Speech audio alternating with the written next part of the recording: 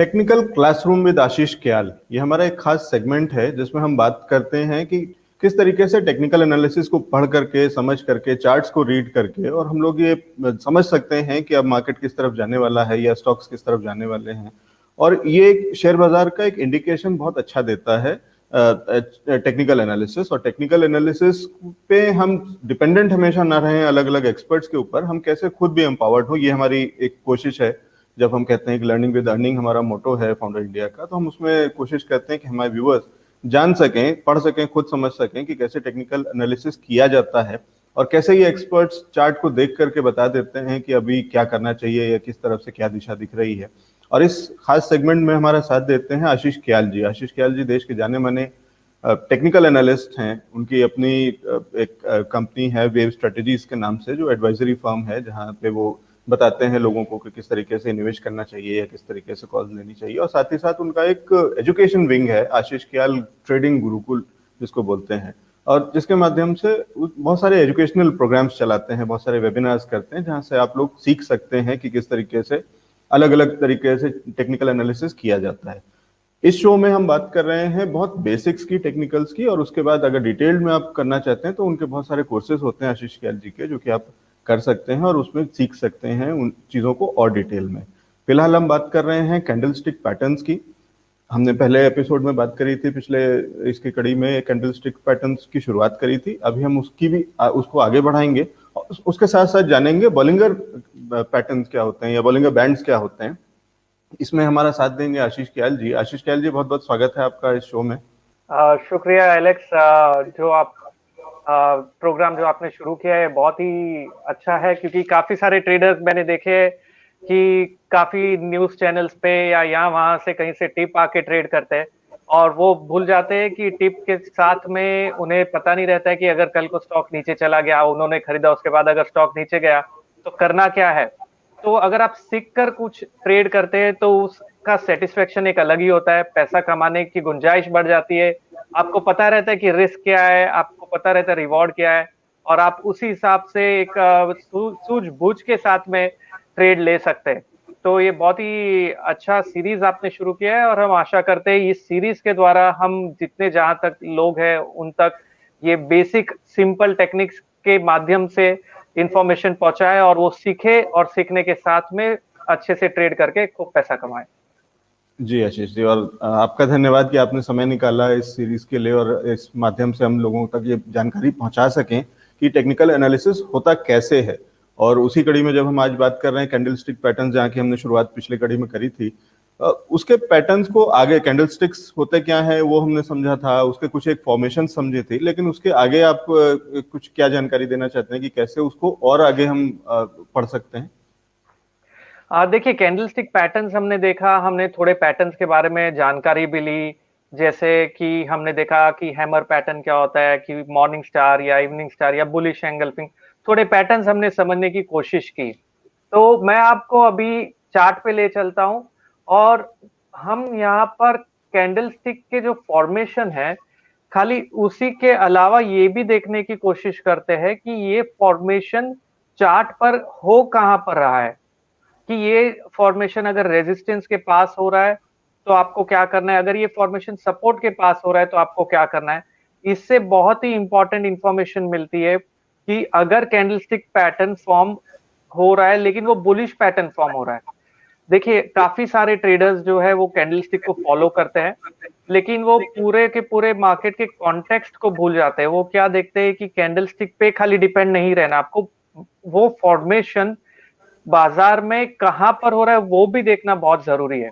अब मैं बहुत ही सिंपल एग्जांपल देना चाहूंगा कि अगर आप एक बुलिश पैटर्न देख रहे हैं यहाँ पर, लेकिन वो bullish pattern suppose upper end of the band पे देख रहे हैं, तो उसका इंपॉर्टेंस नहीं होगा, क्योंकि आपको उसका इंपॉर्टेंस नीचे मिडल ऑफ द बैंड या लोअर बैंड पे मिलेगा। अभी वो बैंड जो मैंने प्लॉट कर रखा है, आप जो चार्ट पे देख रहे हैं, कैंडलस्टिक के साथ में एक शेडेड एरिया है।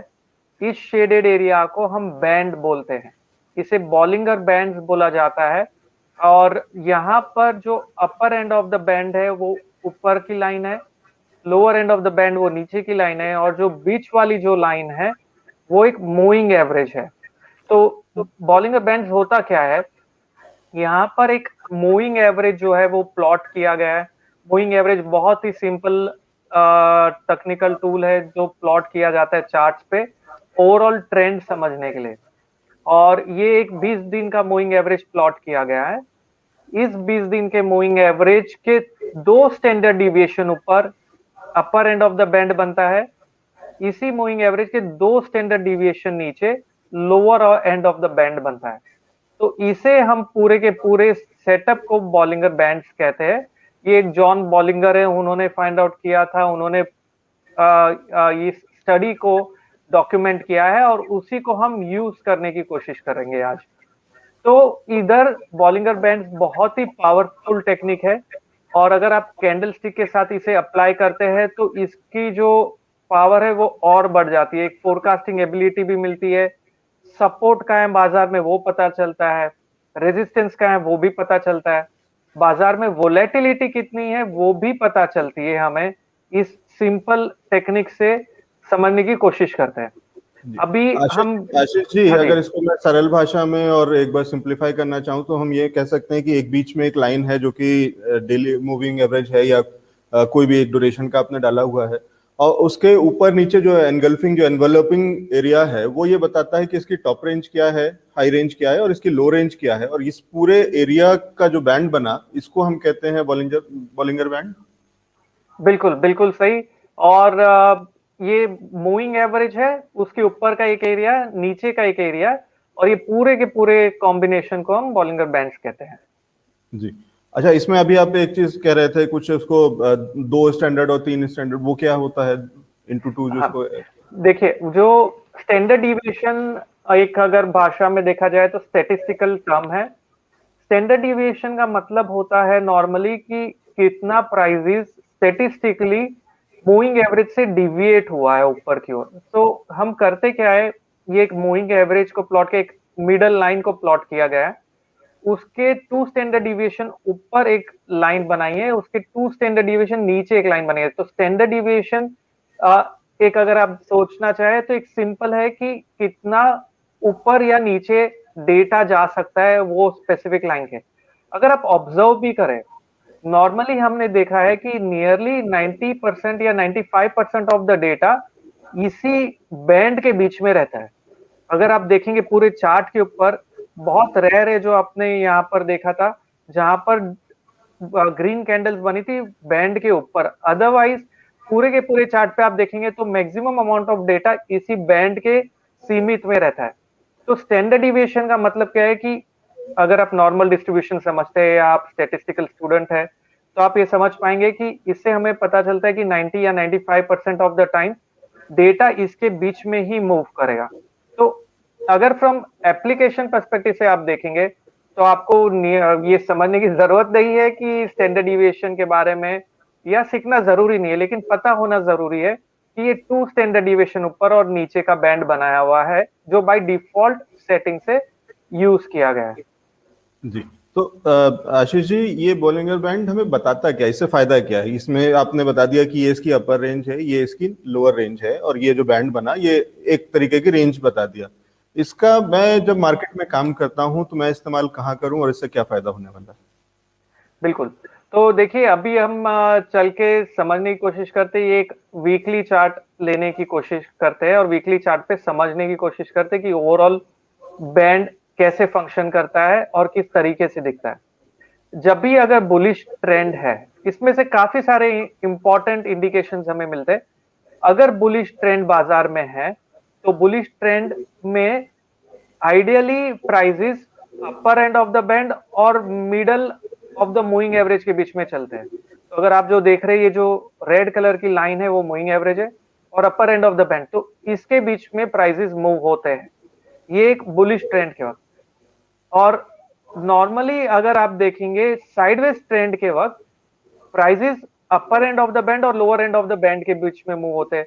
जो आप इधर अभी का जो सिनेरियो देख रहे पिछले 1 महीने में जहां पर मार्केट में इतनी ज्यादा वोलेटिलिटी है, उठा पटक है, जहां निफ्टी 1000 पॉइंट गिरा, वापस से 500 पॉइंट 1000 पॉइंट चढ़ा, फिर से 1000 पॉइंट गिरा, ये पूरी उठा पटक एक रेंज में ही है। आप देखेंगे तो 14,250 के आसपास से लेके 15,250 के रेंज में ही पूरा पूरा बाजार सीमित में रह गया है। ऐसे में जब बाजार सीमित दायरे में चलता है तो बॉलिंगर बैंड जो है वो साइडवेज हो जाते हैं। तो अगर आप देखेंगे ट्रेंड के वक्त, यहाँ पे जब ट्रेंड चालू था तो band upper end of the band और lower end of the band में मूव हुए। जब साइडवेज एक्शन चालू हो गया तो प्राइसेस अपर और लोअर, सॉरी, जब ट्रेंड के वक्त अपर एंड ऑफ द बैंड और मिडल ऑफ द बैंड के बीच में मूव हुए। जब रेंज बाउंड मूवमेंट चालू हो गया तो prices upper end of the band और लोअर बैंड के बीच में मूव होने लगे। तो यहाँ पर ऑब्जर्वेशन करके क्या बेनिफिट है, आप किस तरीके से ऑब्जर्व करके समझ सकते हैं। अगर समझिए आपको ट्रेंड कैप्चर करना है और आपने ये वाला ट्रेंड मिस कर दिया जो आपने कैप्चर नहीं किया, इसके बाद में यहाँ पर हमें एक बड़ी बेरिश कैंडल बनी। वो कैंडल मिडल मूविंग एवरेज के ऊपर रह के क्लोज की। नेक्स्ट कैंडल अगर आप देखेंगे, इसे हमने डिस्कस किया था पिछले जो कैंडलस्टिक पैटर्न के सीरीज में कि ये जो नेक्स्ट कैंडल बनी ये कैंडलस्टिक के हिसाब से पॉजिटिव कैंडल बनी है और यहाँ पर ये पैटर्न को बोलते हैं हैमर। हैमर बनने के बाद में जब बाउंस बैक आया, यहाँ पर आप फिर से अपनी लॉन्ग पोजीशंस इनिशिएट कर सकते हैं।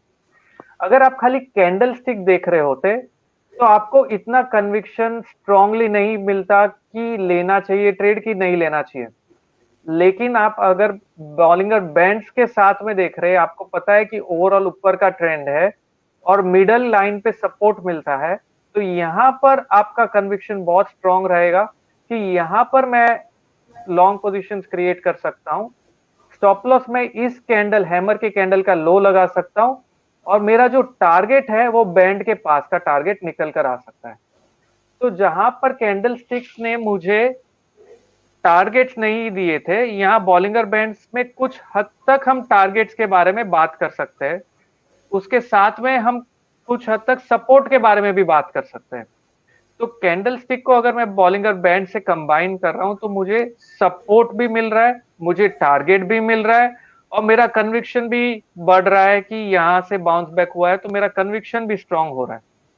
तो ये कॉम्बिनेशन टेक्निक अगर आप कंबाइन करते तो बहुत सारी चीजें पता चलती। तो ये ट्रेंड के वक्त की बात मैंने की। जब बाजार साइडवेज हो जाता है तो बैंड बिल्कुल फ्लैट होने लग जाते हैं और कॉन्ट्रैक्ट होने लग जाते हैं। उसका क्या मतलब है, अगर आप देखेंगे ट्रेंड के वक्त बाजार जब चल रहा था, ट्रेंड निफ्टी में ट्रेंडिंग मूव चालू था, तो एक बॉलिंगर बैंड ऊपर के डायरेक्शन में थे और प्राइसेस भी ऊपर के डायरेक्शन में थे। अभी अगर आप देखेंगे तो ये बैंड जो है वो कॉन्ट्रैक्ट हो रहे हैं, नीचे का बैंड भी कॉन्ट्रैक्ट हो रहा है, तो ये साइडवेज हो चुका है। इससे ये भी पता चलता है कि बाजार में वोलेटिलिटी कम हो रही है। मैं ये नहीं कह रहा कि 1000 पॉइंट की उठापटक मतलब वोलेटिलिटी नहीं है, लेकिन अगर आप टाइम फ्रेम में देखें ओवरऑल तो कॉन्ट्रैक्शन हो रहा है, मतलब वोलेटिलिटी कम हो रही है। और बैंड हमेशा एक्सपांशन होता है, फिर कॉन्ट्रैक्शन होता है, फिर एक्सपांशन होता है, फिर कॉन्ट्रैक्शन होता है। तो बैंड अगर कॉन्ट्रैक्ट हो रहा है उससे पता चलता है एक साइडवेज ट्रेंड शुरू हो रहा है। बैंड अगर एक्सपांड होता है उससे पता चलता है कि ट्रेंडिंग मूव शुरू हो सकता है। तो ये ट्रेडर के लिए बहुत इंपॉर्टेंट हो जाता है जानना कि बाजार साइडवेज में है कि बाजार ट्रेंडिंग में है। अगर बाजार ओवरऑल साइडवेज में है तो आपको सपोर्ट के पास बाय करना है पॉजिटिव कैंडल बनने के बाद और रेजिस्टेंस के पास सेल करना है। अगर बाजार ट्रेंडिंग मूव में है, समझिए अपवर्ड ट्रेंडिंग मूव में, तो आपको सपोर्ट के पास बाय करना है और मार्केट को शॉर्ट नहीं करना है और support middle of the band से मिलेगा। और नॉन ट्रेंडिंग मूव में support lower end of the band से मिलेगा। तो ये जो चीजें है ये बहुत ही इंपॉर्टेंट सटल ऑब्जर्वेशन अगर ट्रेडर रखे तो बहुत अच्छे से हाई एक्यूरेसी के साथ में ट्रेड लिया जा सकता है। अभी मैं अगर एक एग्जांपल देना चाहूँ। हाँ भी आशीष जी, जितना मैं समझ पा रहा हूँ कि आप ये कह रहे हैं कि अभी ये कॉन्ट्रैक्शन मोड में है और अभी ये साइडवेज चल रहा है मार्केट, ये कॉन्ट्रैक्ट होने के बाद में फिर से एक एक्सपेंशन मोड में जाएगा, एक साइकिल टाइप आप कह रहे हैं कि ये बार बार ये दबता है, कम कॉन्ट्रैक्ट होता है और फिर ये एक्सपैंड होता है। वो जो एक्सपेंशन है वो किसी भी डायरेक्शन में हो सकता है, ट्रेंड कुछ किसी भी डायरेक्शन में हो सकता है, पॉजिटिव या नेगेटिव।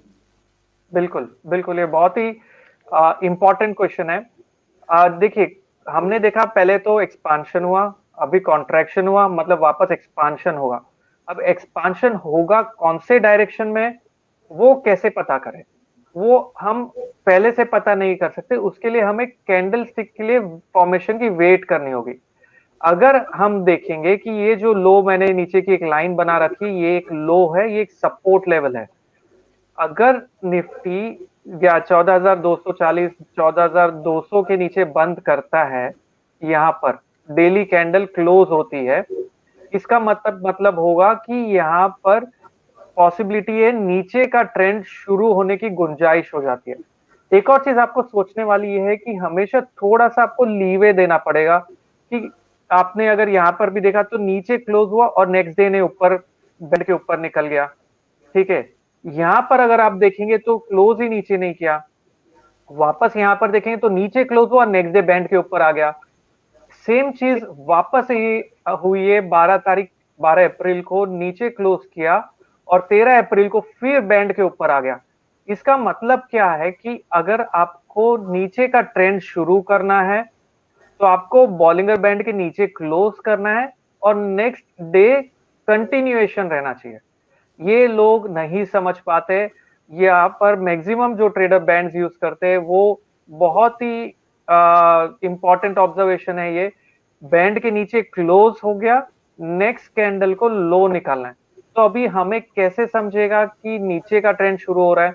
अगर हम ये कैंडल के नीचे वापस से क्लोज देखते हैं जो पहले कभी नहीं हुआ है, वहां पर ये दर्शाएगा कि अभी ट्रेंडिंग मूव शुरू हो रहा है और वो भी नीचे के डायरेक्शन में। और अगर यहां पर से आपको एक बुलिश कैंडल वापस मिलती है तो गुंजाइश है कि शायद हम वापस से अपर एंड ऑफ द बैंड के पास में जा सकते हैं, जो कि एक रेजिस्टेंस की तरह एक्ट करेगा। अगर ऊपर का ट्रेंड शुरू करना है तो हमें एक क्लोज चाहिए अपर एंड ऑफ द बैंड के ऊपर, तब जाके हम बोल पाएंगे कि एक ट्रेंड मूव शुरू होगा जो ऊपर की ओर मार्केट को, बाजार को ले जाएगा। तो इस तरीके से बैंड के कॉन्ट्रैक्शन पे अगर आप नजर बनाए रखे और कैंडल स्टिक पे नजर बनाए रखे तो बहुत पावरफुल ट्रेडिंग सिस्टम आप इधर डेवलप कर सकते हैं। ये तो डेली चार्ट पे मैंने बताया, आप इंट्राडे में भी कर सकते हैं जी। और किसी भी सूरत में आप ये कह रहे हैं जल्दबाजी नहीं करनी चाहिए। आप ये ना मान लीजिए कि आज ये कन्वर्ट हो रहा है, ये ट्रेंड बदल रहा है या कुछ हो रहा है। वो जो हम पहले भी पिछले कड़ी में भी हम बात कर चुके हैं कि कैंडल स्टिक पैटर्न्स में सिंगल कैंडल स्टिक से ज्यादा मैटर करती है, उसके दो, उसके नेक्स्ट और उसके बाद की भी एक और कैंडल, तो वो फॉर्मेशन ज्यादा इंपॉर्टेंट हो जाता है जो कि आपको एक अच्छा डायरेक्शन देता है। आशीष जी, एक चीज और बताइए चलते चलते कि इसके लिए ड्यूरेशन क्या अच्छी रहती है या किस में ज्यादा फिट बैठता है इस तरीके की फॉर्मेशन को जब हम चेक करते हैं? क्या ये इंट्राडे में काम करते हैं, क्या ये शॉर्ट टर्म में काम करते हैं, मिड टर्म में, लॉन्ग टर्म में? क्या ड्यूरेशन इसके बिल्कुल। लिए ज्यादा अच्छा रहता है? देखिए ये जो तकनीक हम देख रहे हैं ये ड्यूरेशन अक्रॉस आप काम कर सकते हैं। अभी तो हमने ये डेली चार्ट पे देखा, अगर आप इंट्राडे ट्रेडर है आप इसी चीज को आवरली चार्ट पे अप्लाई कर सकते हैं, या 15 मिनट चार्ट पे अगर आप बहुत ही शॉर्ट टर्म ट्रेडर है जो आप अभी खरीद के आधे घंटे 1 घंटे में बेचना चाहते हैं तो आप इसे 15 मिनट चार्ट पे भी अप्लाई कर सकते हैं। तो यहाँ पर एप्लीकेशन कहीं भी हो सकती है। अगर आप देखेंगे, मैं आपको बताता हूँ 15 मिनट के चार्ट पे आप किस तरीके से ट्रेड लिया जा सकता है। आपने देखा कि ये बैंड फ्लैट हो गया, फ्लैट होने के बाद में ये बैंड के बीच में ही मूव कर रहा है, लेकिन अगर आप देखेंगे 13 तारीख को बाद में फाइनल आवर ट्रेडिंग के वक्त में ये बैंड के ऊपर जाके टर्न होने लगा और बैंड भी ऊपर के साइड टर्न हो गया। तो अभी आपने बहुत ही क्लियरली देखा कि बैंड पहले कॉन्ट्रैक्शन हुआ और बैंड के साथ में अभी एक्सपांशन हो रहा है। तो ये कॉन्ट्रैक्ट हुआ और फिर एक्सपांशन शुरू हो रहा है। तो यहाँ पर कॉन्ट्रैक्शन के बाद एक्सपांशन, ट्रेंडिंग में ऊपर का शुरू हो रहा है। तो इससे पता चलता है कि बाजार का रुख, अगर आप इंट्राडे ट्रेडर है तो पॉजिटिव साइड है और इसी तरीके से आप ट्रेंड को कैप्चर कर सकते हैं। और सेम चीज आप देखेंगे तो पहले अगर देखेंगे आप बाजार के पिछले कहीं भी चले जाइए, देखिए जिस तरीके से ट्रेंडिंग मूव शुरू होता है, कैसे बैंड एक्सपांड हो जाता है और कैसे ट्रेंड मिडल और अपर एंड ऑफ द बैंड में रहता है। ये मैं 15 मिनट पे दिखा रहा हूँ, आप इसे 5 मिनट पे भी देख सकते हैं, आप इसे डेली पे देख सकते हैं, आप निवेश करना चाहते हैं तो आप इसे वीकली और मंथली चार्ट पे भी देख सकते हैं। ये ही चार्ट की टेक्निकल एनालिसिस की ब्यूटी है कि आप जो मेथड को सीख लेते हैं आप उसे कहीं भी अप्लाई कर सकते हैं। बहुत शुक्रिया आशीष जी हमारे साथ जुड़ने के लिए, इस बेहतरीन जानकारी के लिए। और ये डबल चीजें जो आपने हमें बताई हैं, 2 टूल्स हमें दिए हैं, कैंडलस्टिक पैटर्न्स और साथ में बोलिंगर बैंड, दोनों को मिला करके किस तरीके से डबल कन्विक्शन के साथ में बाजार में काम किया जा सकता है और ज्यादा बेहतर लेवल्स निकाले जा सकते हैं, नीचे के भी और ऊपर के भी, स्टॉप लॉस भी और टारगेट भी।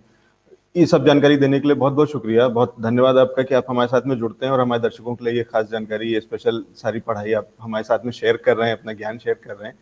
हम आपके बहुत बहुत शुक्रगुजार हैं। Thank you so much. Thank you Alex, और आप बहुत ही अच्छा काम कर रहे हैं। लर्निंग एंड अर्निंग बहुत ही जरूरी आज के माहौल में ट्रेडर्स के लिए। Thank you so much. Thanks. शुक्रिया। थैंक्स।